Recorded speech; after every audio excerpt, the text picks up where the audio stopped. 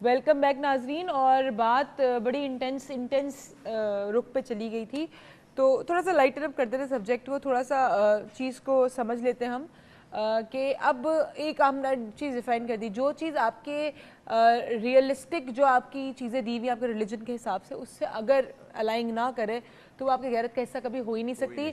और जो चीज़ें रिलीजन में दे दी गई हैं उसको आप अपनी मर्जी से बेंड नहीं कर सकते। ठीक है। प्लस आपकी जो गैरत है वो बेसिकली रिलीजन आपको ये मकाम देता है, ये पोजीशन देता है, ये मर्तबा देता है, जो भी आप समझ लें गैरत के हवाले से आपको देता है। ठीक है ना। तो अब रिलीजन में अगर नहीं है जगह तो वो अमल जो है वो गैरत का नहीं होगा।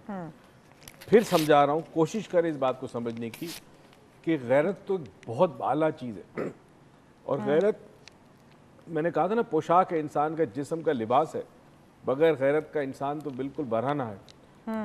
तो गैरत को समझें कि अगर आप अपने ज़ाती मफाद के लिए, अपने मतलब के लिए अगर आप कोई ऐसा अमल करते हैं उसको गैरत का नाम देते हैं तो वो गैरत नहीं है।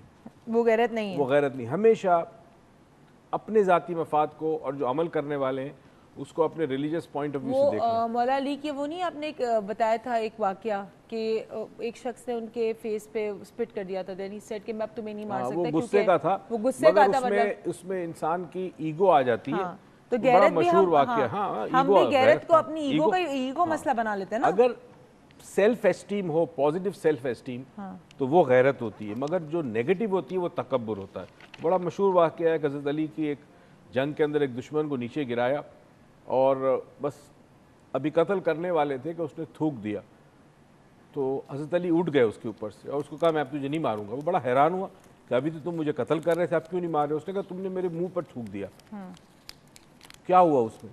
कहा पहले मैं तुझे खुदा के लिए कत्ल कर रहा था मगर थूकने के बाद मुमकिन है एक लम्हे के लिए मुझे गुस्सा आ गया हो या शायद आया हो, मगर अगर अब मैं कत्ल करूंगा तो इस बात का खदशा रहेगा या इस बात का खतरा रहेगा कि मेरा गुस्सा तो शामिल नहीं है या मेरी इसके अंदर इज्जत तो शामिल नहीं कि मेरी बेइज्जती समझा मैं, तो इसलिए कत्ल ही का। और वो शख्स डेफिनेटली ईमान ले आया। ये एक एग्जाम्पल है कि बस डिफाइन कर लें आप पैरामीटर्स को। अगर पैरामीटर्स डिफाइन है तो आप कभी भी अपने नाजायज़ को ऐसा अमल नहीं करेंगे गैरत के नाम पे। हमारे जो कॉलर्स हैं उनके जो नाम है वो मैं लिख चुकी हूँ। जो रिपीटेड कॉल्स उनकी एक ही नहीं है। आप जो रिपीटेड कॉल्स हैं उनकी तो एक ही छिट जाएगी, तो बाकियों के हैं आप प्लीज अपना एक छिट निकाल दें। मुझे आंखें बंद करके एक निकाल लो। आपको क्या पता किससे मैंने क्या लिखा है? दे और ये है बिस्मिल्लाहिर्रहमानिर्रहीम। मजहर साहब इस्लामाबाद से या रावलपिंडी से, जहाँ से भी हैं। मजहर साहब की कॉल आई थी।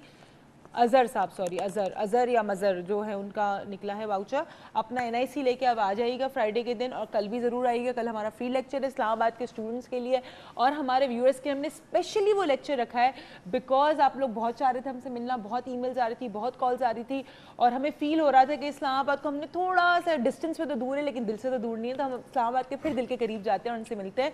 कल होगी इंशाल्लाह आपसे मुलाकात live face to face Islamabad के अंदर। तब तक अपना ख्याल रखिएगा और गैरत के नाम पे कोई ऐसा काम अमल मत करिएगा जो बेगैरती में शामिल हो। अपना जरूर ख्याल रखिएगा। And over to you. बहुत शुक्रिया बेटा।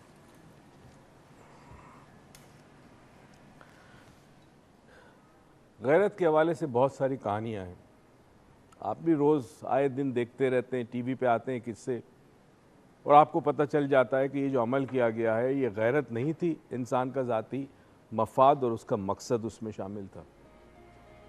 एक फैमिली में माँ बाप और एक भाई और बहन, बड़ी मोहब्बत, एक बेटा एक बेटी, माँ बाप को भी बड़ी मोहब्बत, उनको भी माँ बाप से मोहब्बत, और बहन को भाई से और भाई को बहन से बहुत ज़्यादा मोहब्बत। अमीर लोग थे, ज़मींदार थे। और ये वाक़या जो है वो इंडिया के अंदर, भारत के एक स्टेट के अंदर का है। हुआ ये कि वो मोहब्बत जो बचपन से थी, जब बड़ा हुआ और एक मकाम ऐसा आया कि बहन किसी से शादी करने वाली थी जो आउटकास्ट था और बहुत बड़ी जायदाद थी, ज़ाहिर है उसका हिस्सा बेटी को भी मिलता है।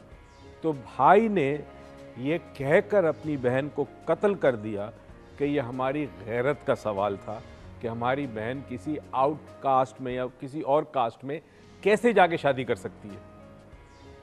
और ज़ाहिर है वो उस एरिया के अंदर जो लोग थे वो पंचायत बैठी उनकी, और उसने उसको कुछ पैसे वैसे दे के उसको माफ़ कर दिया। सवाल ये पैदा होता है कि वो गैरत थी या ज़ाती लालच थी।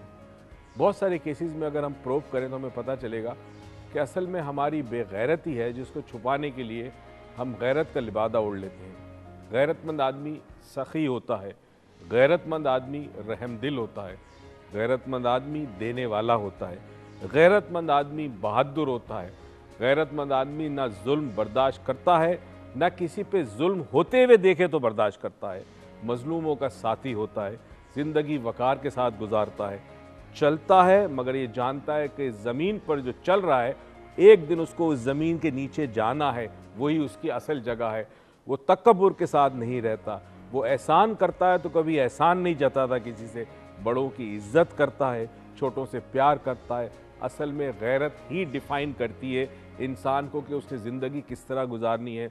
वो ये समझता है कि वो इस सरज़मीन पर अल्लाह ताला का नायब है, तो नायब हो, कोई गवर्नर हो, कोई बादशाह की तरफ से वज़ीर मुकर्रर हो, उसे किस तरह ज़िंदगी गुजारनी है, उसे इस तरह ज़िंदगी गुजारनी है कि दूसरों के लिए वो एक मिसाल हो, लोग उसे देखें और उसको देखकर उससे सीखें और उस जैसा बनना चाहे।